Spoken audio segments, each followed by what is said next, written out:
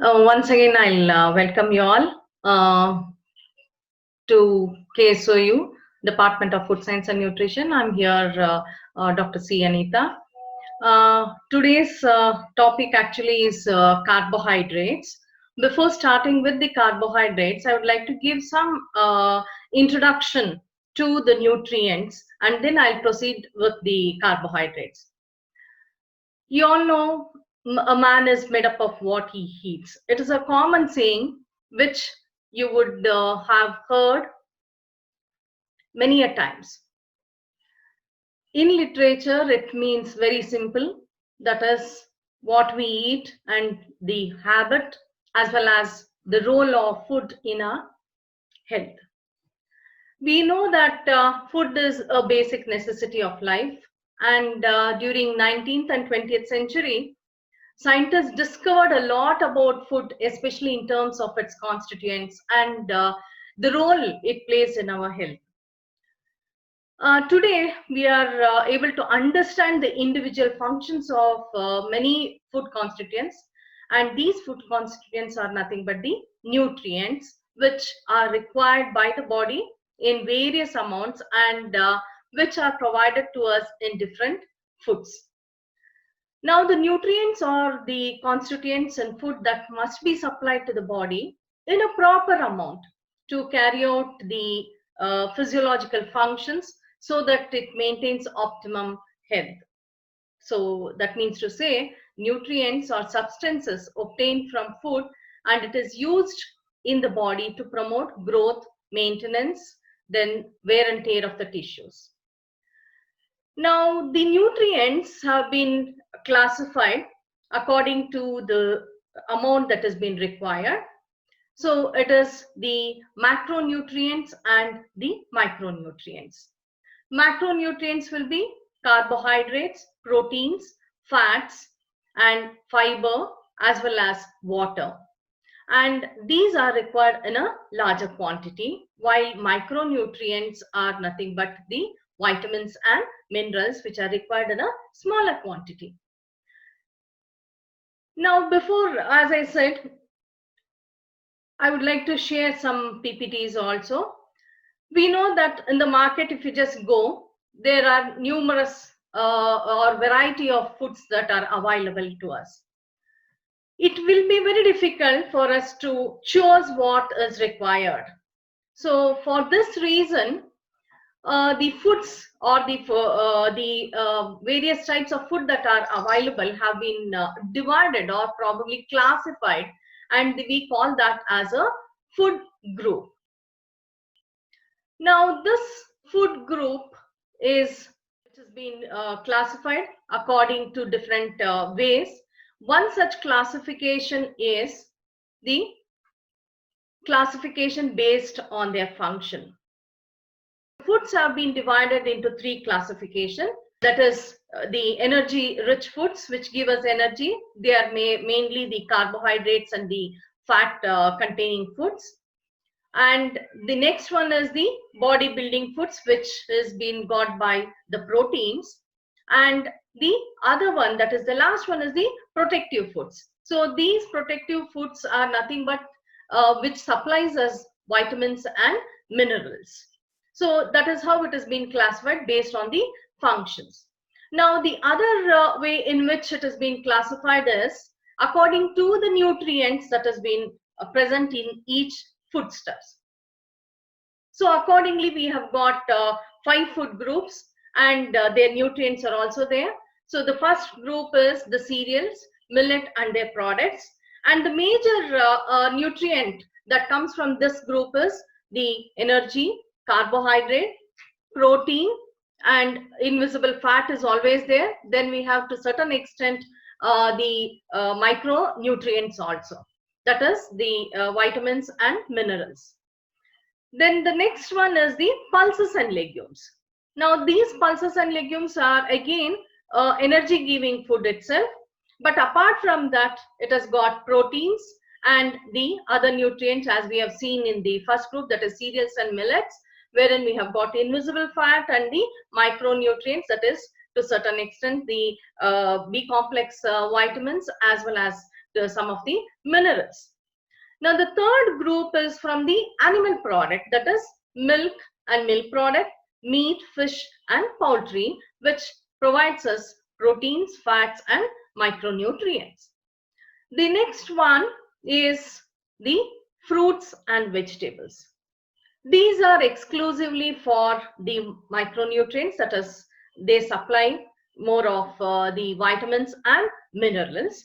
But there are exclusive foodstuffs in the vegetables which give us definitely the carbohydrate, like we have got in the tubers, that is, for example, potato, tapioca and yam, which are rich in carbohydrate, that is nothing but the starch. And the last group is the fats and sugar. So the fats, they provide us energy and the fat, as that is essential fatty acids, etc. While the sugars gives us, along with energy, it gives us the carbohydrate, that is nothing but the sugars. Now, what is the use of this 5 food group? Now, this 5 food group system can be used for the following purpose.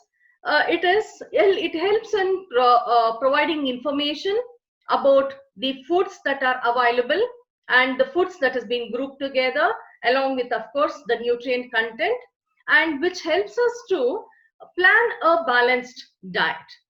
Apart from that, it will also help us to assess the nutritional status of an individual as well as the community and, of course, the nation also. And based on the results of these assessments, definitely we can come to a conclusion if there is any problem in that individual or in the community. Then we can go for the programs like maybe nutrition education program can be imparted, or probably government can take some decisions wherein we have got prophylaxis programs and other things that may benefit the community also.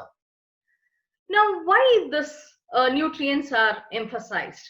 Just to brief you or bring a bird's eye view of the importance, we have got the staircase wherein you can see the base is nothing but the toddler, wherein the toddler requires nutrients for the optimal growth as well as development. Then we have the children, and then again here also it is growth and development as well as to fight against infection. Then it is the adolescent period wherein the growth spurt will be there, maturation and development of secondary sexual organs, etc. will be there. So that also has a greater demand for the nutrients. And when it comes to the adulthood, it is there. It is nothing but the maintenance of the health.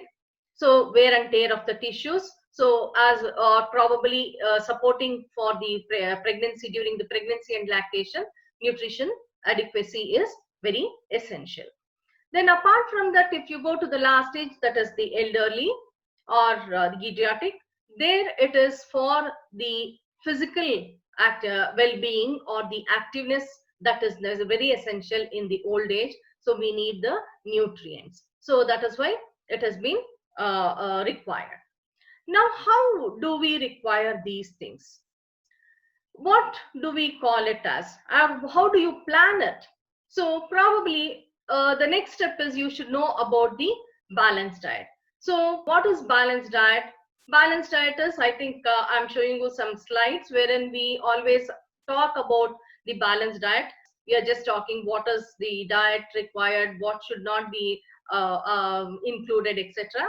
So this balanced diet is nothing but combination of all the nutrients, that is both macro as well as micronutrients, that is carbohydrates, proteins, fats, vitamins, then the fiber also in a proper manner, wherein by taking or consuming this balanced diet, definitely it helps you in the growth and development and maintenance, as well as the keeping oneself in an active condition.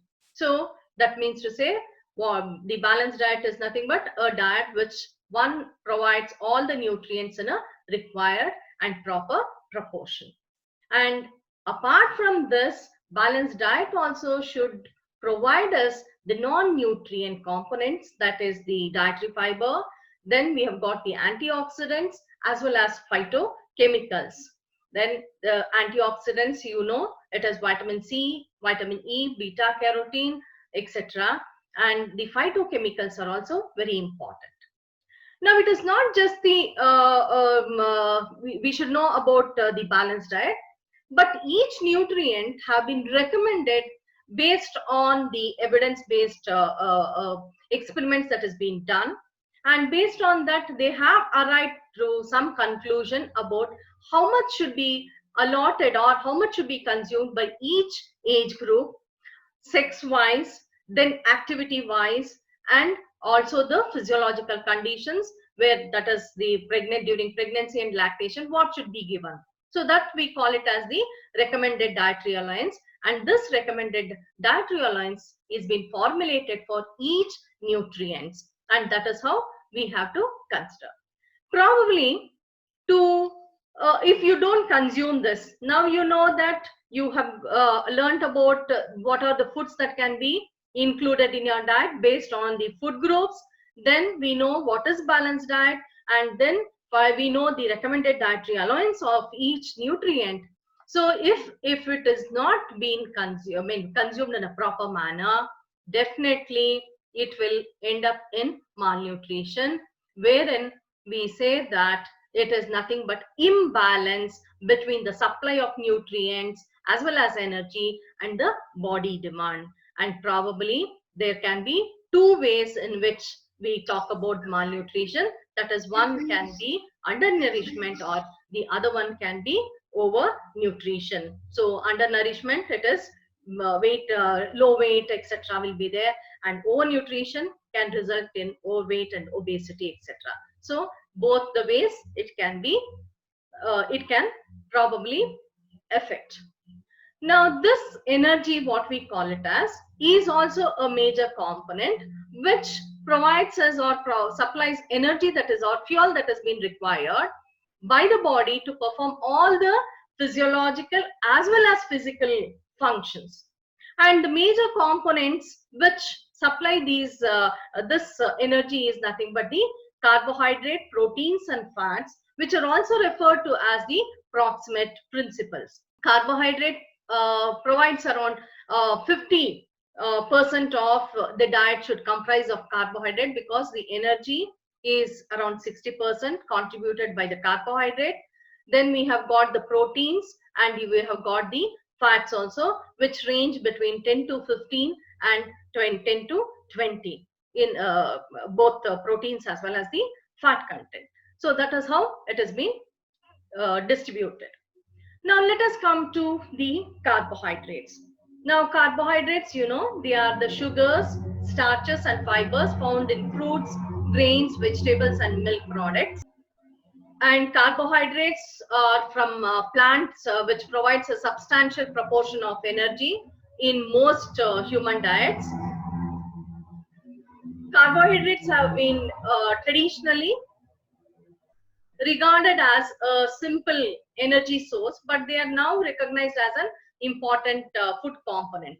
Now, the physiological effects of dietary carbohydrate are highly dependent on the rate and extent of digestion as well as absorption in the small intestine and even in the large intestine.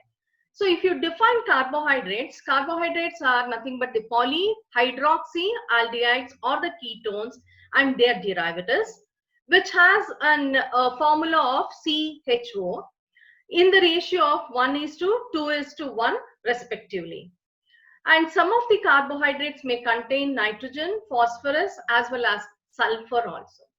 Now carbon and hydrogen, if you take, and the oxygen you take, in the oxygen and the hydrogen are in the ratio which is seen as in the water, that is 2:1. So that is why they are also called as the hydrates of carbon.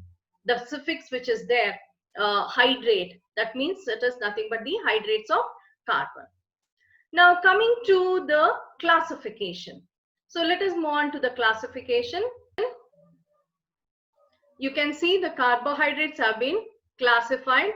Carbohydrates have been classified based on their saccharide group. Now what is the saccharide group?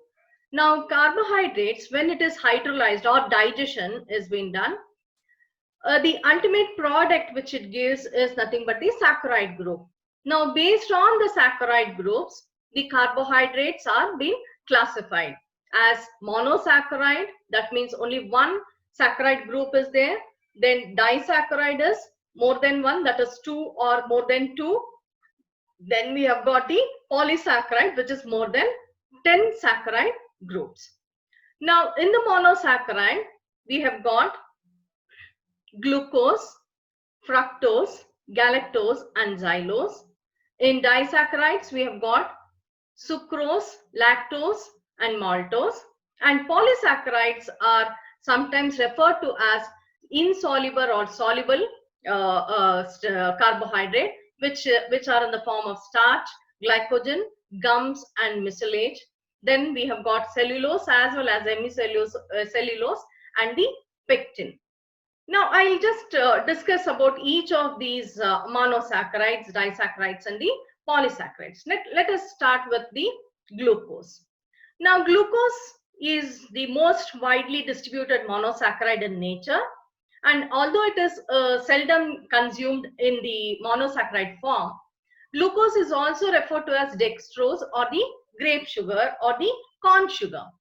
It is present in grapes or the sweet corn, or sometimes even in some roots.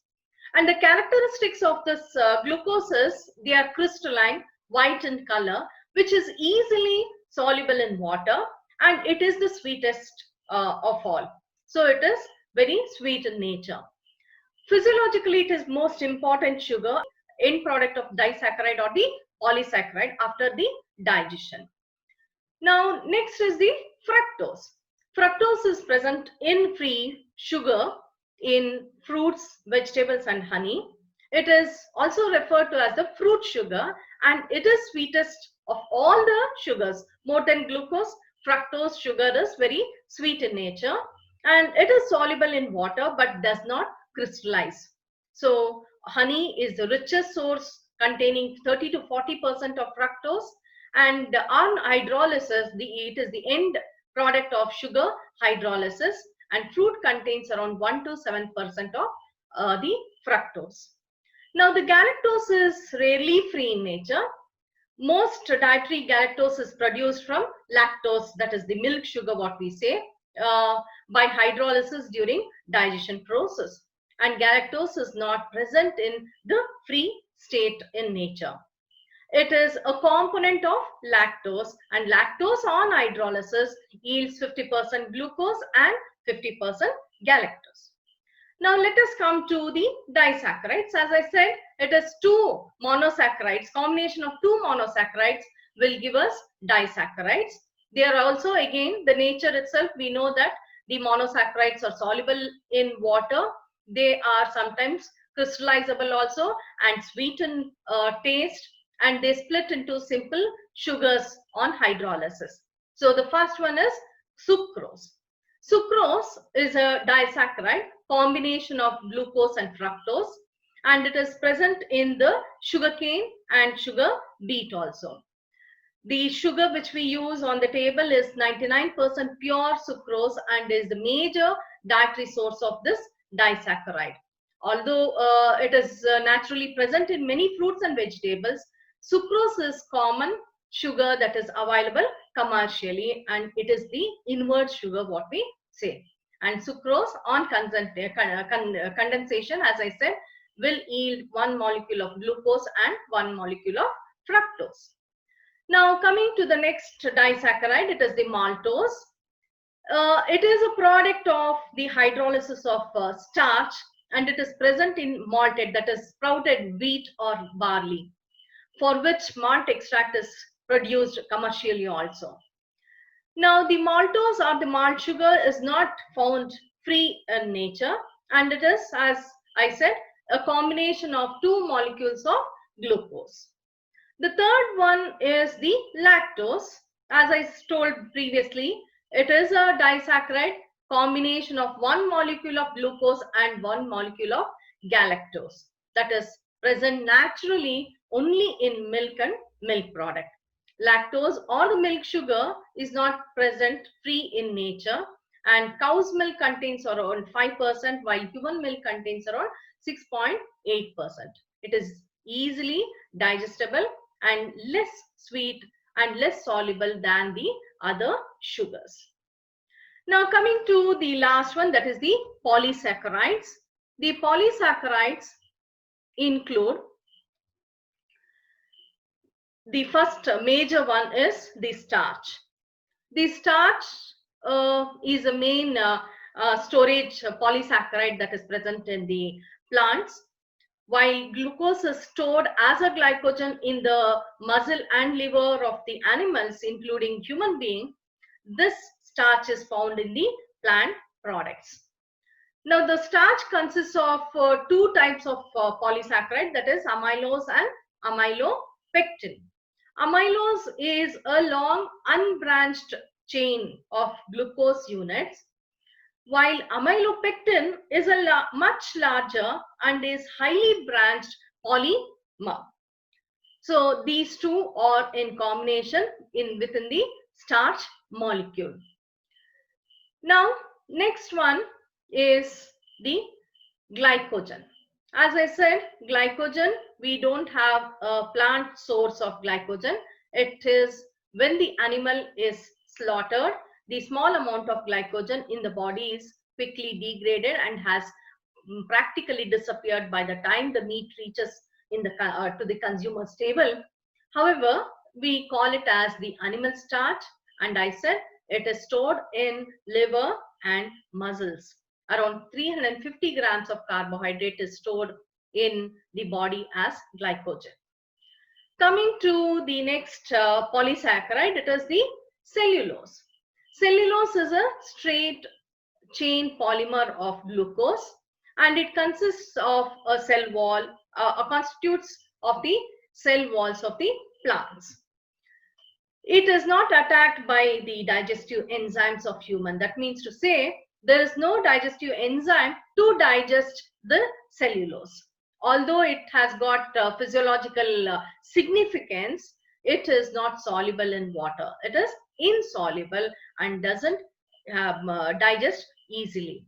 Hence, it is referred sometimes to as the non-nutrient component of the food, which has got its physiological value. Now, hemicellulose is also present in the cell wall along with lignin and gives the toughness to the cell wall. Apart from this, we have got the pectin substances which are found in the primary cell wall and intercellular layers of the plant cells, and serves as the intercellular cementing materials also. Again, it is also indigested. It is a indigestible polysaccharide, and on absorption of water, it forms a gel. Now, because of this characteristics of pectin, it has got a role in food industries. So it gives the component that is required for the preparation of jams and jellies, and of course it contributes to the palatability, that is taste of the food also.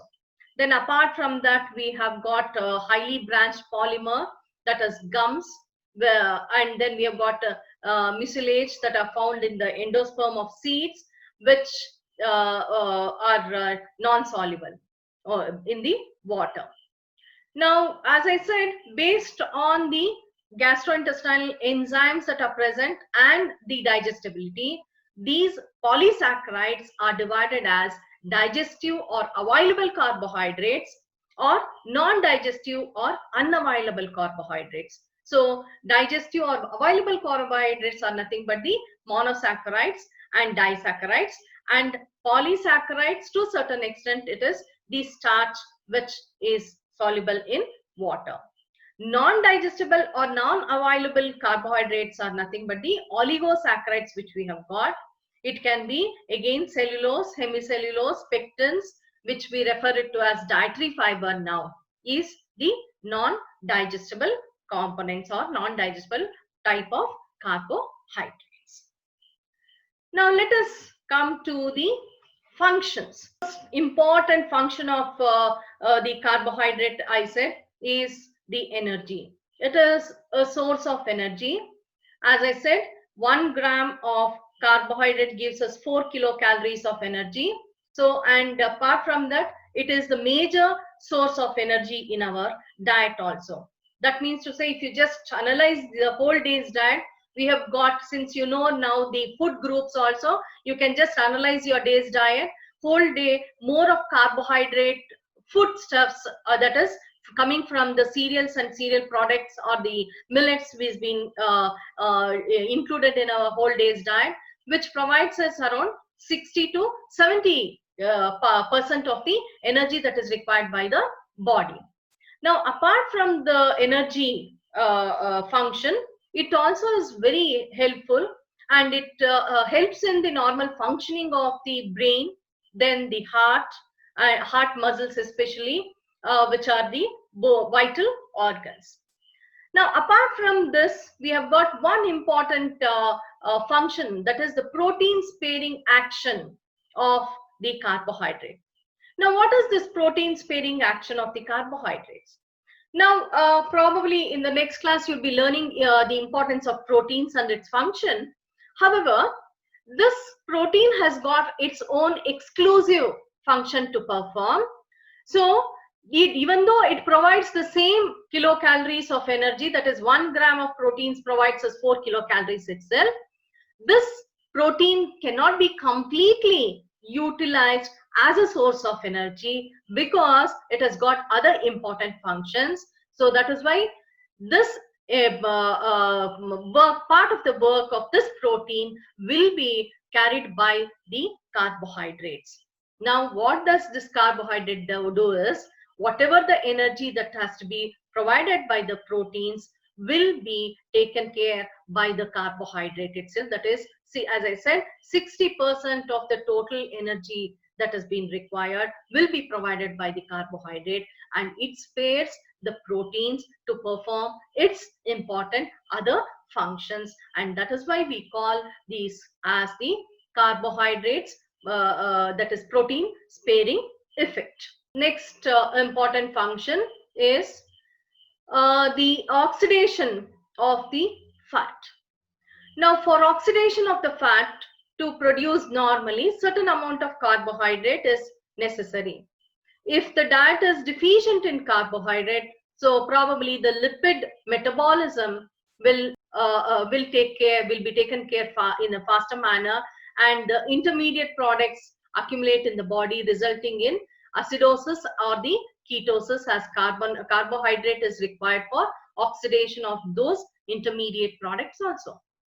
Now, apart from that, carbohydrate as a special function, it acts as a detoxifying agent in liver, especially the glycogen that has been stored as a carbohydrate protects the liver against certain poisons, like it can be carbon tetrachloride, or it can be alcohol, it can be some toxins produced by the bacteria, etc. So that is why we say it has got an important function, wherein the carbohydrate acts as a detoxifying agent. Apart from that, we know that lactose, the milk sugar which is there, this helps in the growth of desirable bacteria in the small intestine, which are useful in the synthesis of B-complex vitamins. So lactose is also essential for absorption and utilization of calcium. Then we have got the glucose, which is there, which helps in the synthesis of non-essential amino acids when a source of nitrogen is available. And apart from that, we have got the non-available carbohydrate, that is the cellulose and hemicellulose, which have got a very important role as a non-nutrient and helps in avoiding or preventing many disease conditions. So I'll be talking that about those things in the when I speak about the dietary fiber. Okay. Now these are the very important functions which we have got. Just to brief again. So it is a source of energy. It has got protein sparing action. It is very essential for oxidation of the fat, and it has got a detoxifying acts as a detoxifying agent, especially in the liver. It helps in the synthesis of certain B complex vitamins as well as non-essential amino acids within the body. And also it has got the functioning capacity of preventing certain disease condition. Now let us start with the digestion and absorption. Now you know it is very easy that carbohydrates can be digested in the mouth. The simple reason is saliva which is there contains amylase, which is an enzyme which helps in the digestion of the carbohydrates. So the digestive process actually begins in the mouth, especially for the carbohydrates, when you're achieving the breakup of the structure of the component compact food which is there, and it gets mixed up in the saliva which contains an amylase. And this actually is a small phase, that is a very short period of time it stays in the mouth or the buccal cavity. But whatever it is, the amylase being there, it breaks down the complex components in the mouth itself. So that is why we say the digestion process of carbohydrate gets initiated in the mouth itself. However, when it comes to the stomach, the gastric acid which is there in the stomach, that is HCl, it inactivates the amylase. So there is no digestion that is taking place with regard to the carbohydrates in the stomach, and it stays there, and the churning process takes place, and these bigger components breaks down in their size. The actual digestion occurs mainly in the small intestine. You know, we have got the enzymes that are there, the pancreatic enzymes which are there, that is the amylase. Then we have got maltase, sucrase and lactase. These three enzymes enter the small intestine through the duct, and they hydrolyze the carbohydrates. That is, starting from the starch, it gets hydrolyzed to dextrin and maltose. Then it is after that we have got the sucrose, maltose and lactose, which are hydrolyzed by sucrase, maltase and lactase enzyme, which are located on the breast border, and they take up their respective disaccharides and then hydrolyze to monosaccharide unit and absorb it. So in the small intestine, pancreatic enzymes will reduce the disaccharides to monosaccharides. Now these monosaccharides, when they are being ready, they are absorbed from the intestinal lumen by passage through the mucosal epithelial cells into the blood stream. So the end product, as I said, after the digestion takes place, glucose, fructose and galactose are absorbed by the intestine, and it is of course transported, that is especially the glucose and galactose, across the breast border membrane of the mucosal cell, and will be transported throughout the body along with a specific transport protein, and in the presence of certain ions like sodium. Now the fructose is absorbed by a facilitated diffusion process itself. So other sugars are absorbed by simple diffusion through the lipid bilayer of the membrane, that is the cell membrane. So that is how it has been observed, and it will go to the different parts of the body. But certain components are there which may have its effect on the absorption of the carbohydrate also.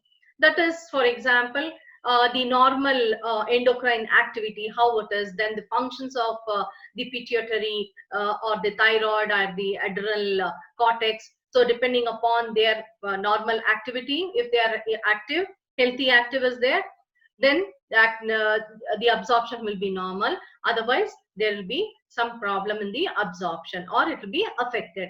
Then along with that, we have the content of B complex also. So B complex vitamins should also be provided in a proper amount. If there is any deficiency, carbohydrate absorption will not be there, and definitely it will hamper the energy production also.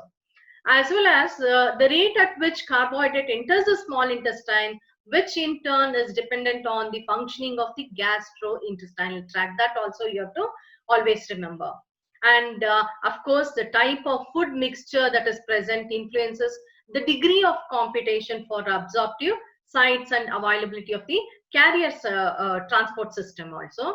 And apart from that, condition of the intestinal membrane and the period of time the carbohydrate is held in contact with the membrane is also very important, because for example, if the tissue membrane is abnormal or the passage of carbohydrate is very rapid, the absorption may be lowered. So that is how it has been done. And of course, once it has been absorbed, the glucose should be made accessible to all the cells, and because it is the major source of energy and it has been utilized in all forms.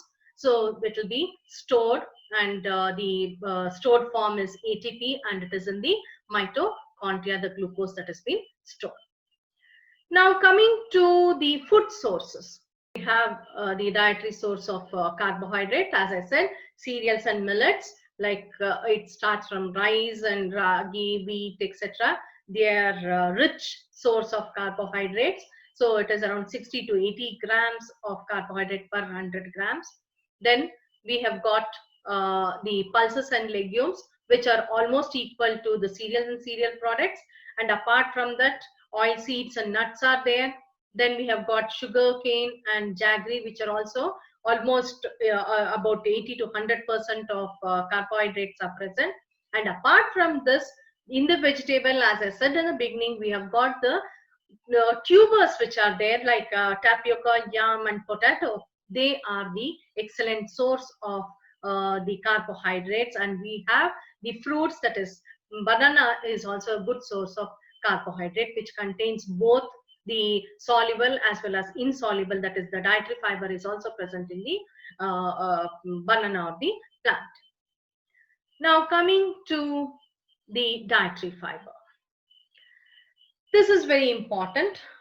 As I said, they are nothing but the cellulose, hemicellulose and pectins are the components which are from the skin of the fruits, then covering of the seeds, and the structural part of the edible plants are referred to as the fiber. And I said they are two types, that is insoluble fiber as well as soluble fiber. Insoluble fiber, that is very hard, which is the outer cover of the wheat and wheat bran, seeds, nuts, even your whole gram. ಕಾಳುಗಳು ಅಂತ ಏನ್ ಹೇಳ್ತೀವಿ, ಬೆಳೆ is nothing but the pulses, and legumes ಅಂದಾಗ it is nothing but the whole gram which we say. And of course the vegetables, outer cover of the vegetables ಏನಿದೆಯೋ, those things are nothing but the insoluble fiber or the tough fiber ಅಂತ ಹೇಳ್ತೀವಿ. Soluble fiber ಅಂತ ಹೇಳಿದ್ರೆ it is soluble in water, wherein we have got the oats and barley, legumes, as I said, that is dals ಅಂತ ಏನ್ ಹೇಳ್ತೀವಿ ಅದು, and the beans are the best example for the soluble fiber. Now why it is important and what is the role of this dietary fiber in health and disease anta helidaga, see, it is just like a sponge you have got. So when you just dip the sponge in the water, what happens? It absorbs the water, isn't it? So that means to say, once it absorbs the water, it just swells out. So that means to say it provides the bulk anta heltivi, that is it swells and provides the bulk to the diet when you take the diet, the fiber content. Now what happens, the process, I'll just tell the process before going into the role of dietary fiber. This, once it takes up water in the buccal cavity itself, that is when there is churning and chewing and churning in the buccal cavity, the saliva which has got water content in them, it is being taken by the fiber, and this absorbs, that is the dietary fiber absorbs the water and swells.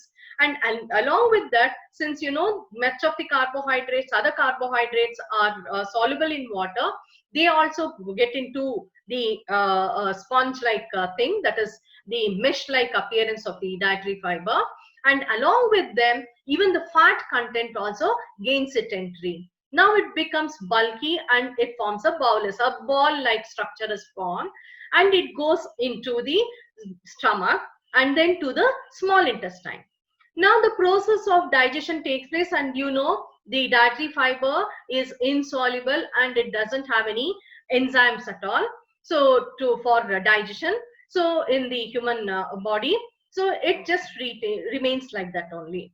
Now while it is passing, the content which is there inside it is intact. That is, the carbohydrate may be there, or probably even the fat content may also be there in the inside that fiber, entangled inside the fiber. Now when it passes through the small intestine, only very slowly it leaves the required amount of glucose or the carbohydrates, that is soluble carbohydrates, or probably the fat content also. By the time it reaches the large intestine, whatever the amount that has been required is being released, and the rest of it will be intact within that itself, within the dietary fiber itself. Now you should always remember, it provides the bulk, that is the important function, nature of this dietary fiber is there. And you know, the large intestine is not very straight, it is in the pouch form.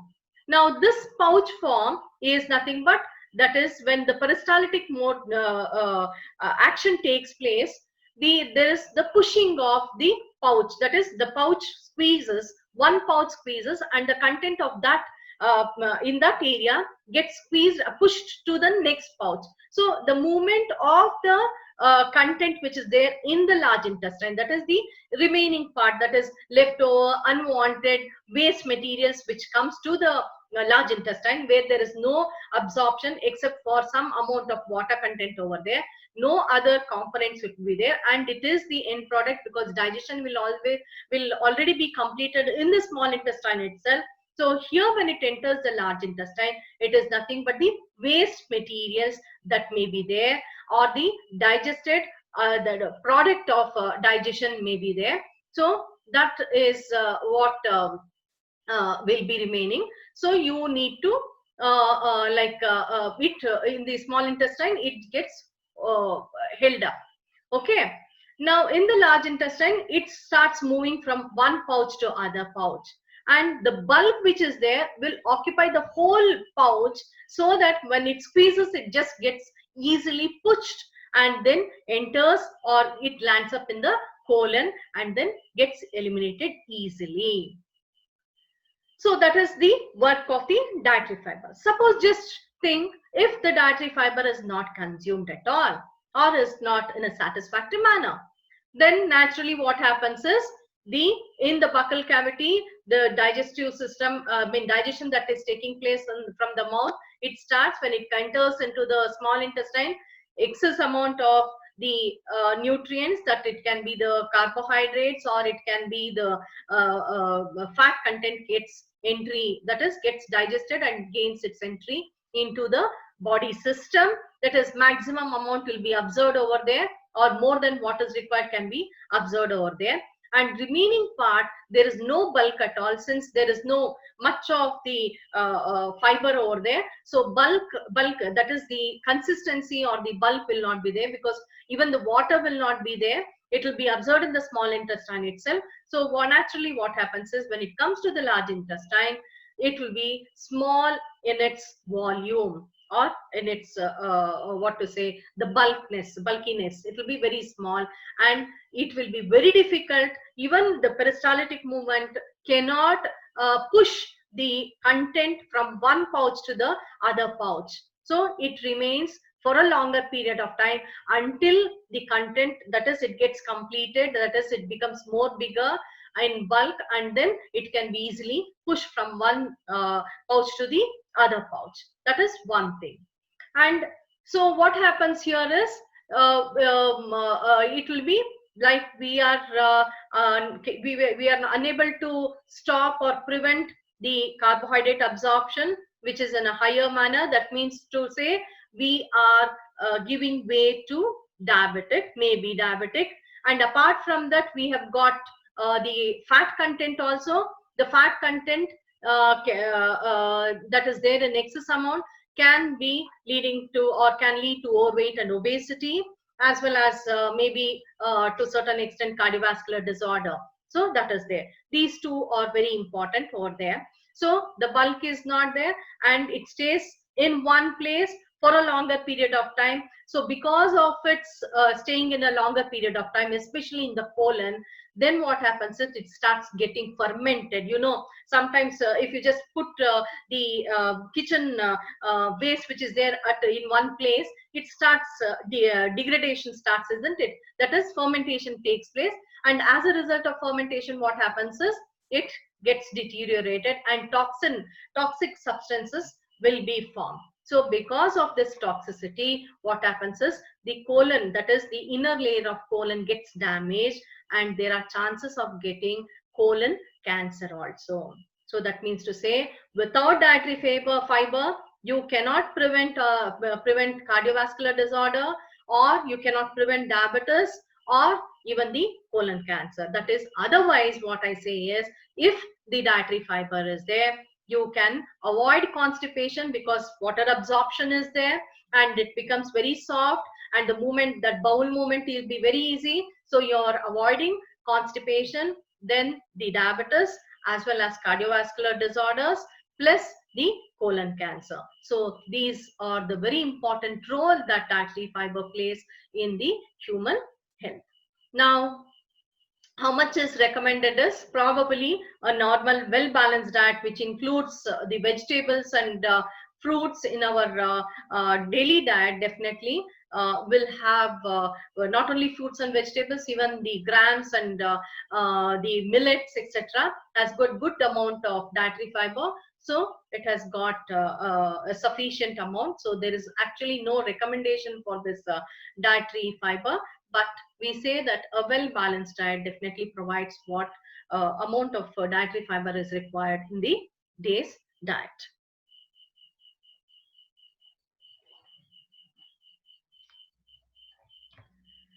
Now, just to summarize what I said, that is, I started with the carbohydrates. So we know what is carbohydrate. Carbohydrates are nothing but made up of carbon, hydrogen and oxygen, sometimes sulfur, and also then apart from that, we spoke about the classification based on the saccharide, number of saccharide unit. It is being classified as monosaccharides, disaccharides and the polysaccharide. Mono is single, di is 2, and the polysaccharides are more than 10 saccharide group unit.